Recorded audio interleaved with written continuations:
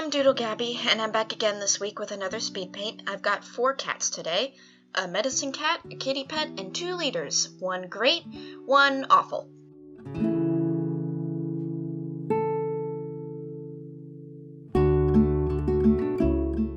If you can't tell from the big, cartoony Cubchoo / kid from Wind Waker booger, this is Running Nose.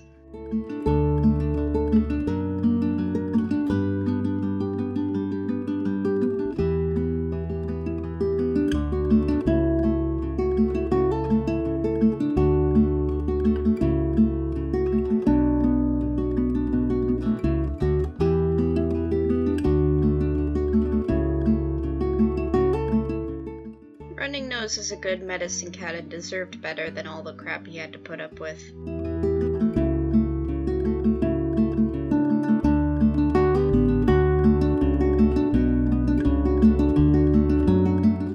Warrior Cats has a lot of characters and the family tree is really confusing and messy, so I decided, for my sake, I'm going to turn my Warrior Cats challenge into a family tree.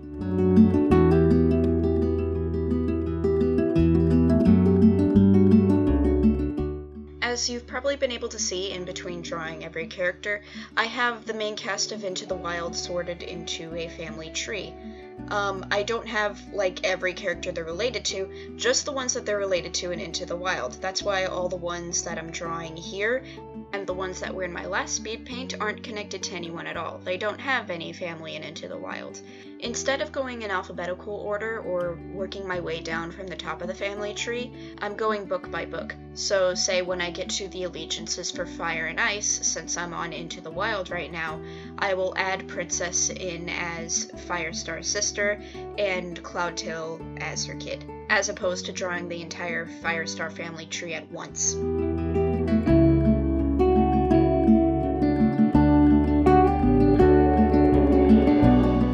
Smudge is a good kitty. I like that he would tell Riley Poole and Bella Leaf stories about Firestar. It seems he was very proud of his friend.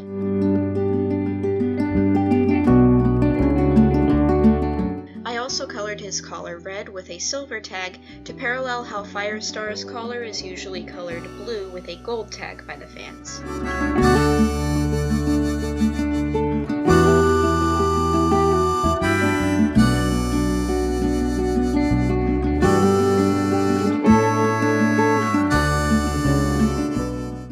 Adjusted my volume a bit to try and see if it sounds better.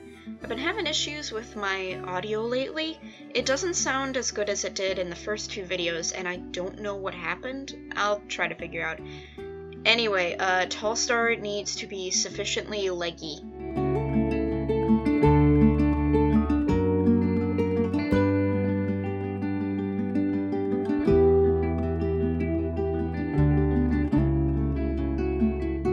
When I draw Wind Clan cats, they either look like your usual stray cat, but just really small, so like how I imagine One Star, Heathertail, or Nightcloud, or they look like Oriental Shorthairs, so how I imagine Tallstar, Deadfoot, and Crowfeather.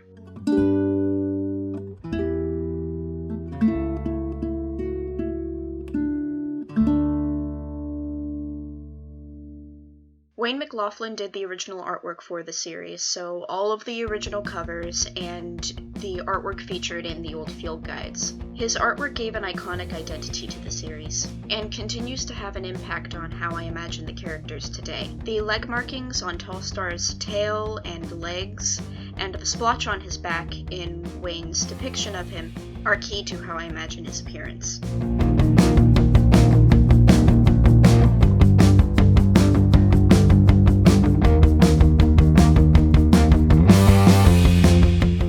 Alright, time to draw Knot Scar. As you can see, I kinda struggled with his proportions a bit.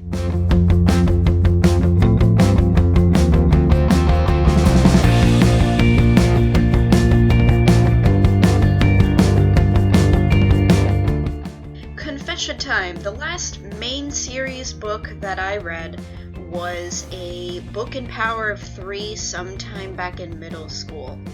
I never finished it, partially because the slow pace was getting to me, and also partially because I moved, and my new middle school did not have the next book that I needed to read. So that means I've never read Firestar and Tigerstar's big final battle in The Last Hope, which saddens me.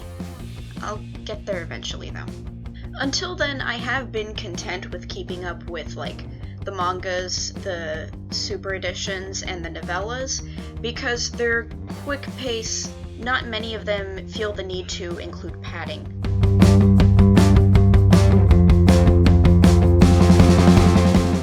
Since Tigerstar is the original villain in the series, I've drawn him a lot. The only cat who could come close to competing him in terms of Warriors villains that I've drawn a lot is obviously Scourge. Since I've drawn him so many times, like Firestar, he's one of the characters that I have a concrete idea of what they look like. His inspiration comes from a lot of places. He feels like a Disney villain to me.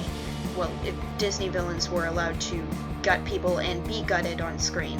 The most obvious character inspiration being Scar, but also Shere Khan. I like to give him a lot of tiger traits in both his stripes and his head shape.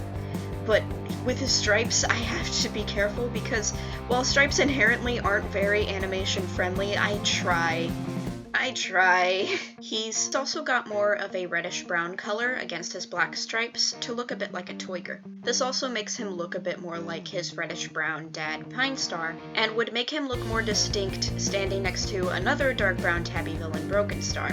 It always frustrated me that they were both dark brown tabbies with amber eyes. I've always strived to have my Broken Star and Tigerstar designs be as distinct from each other as possible.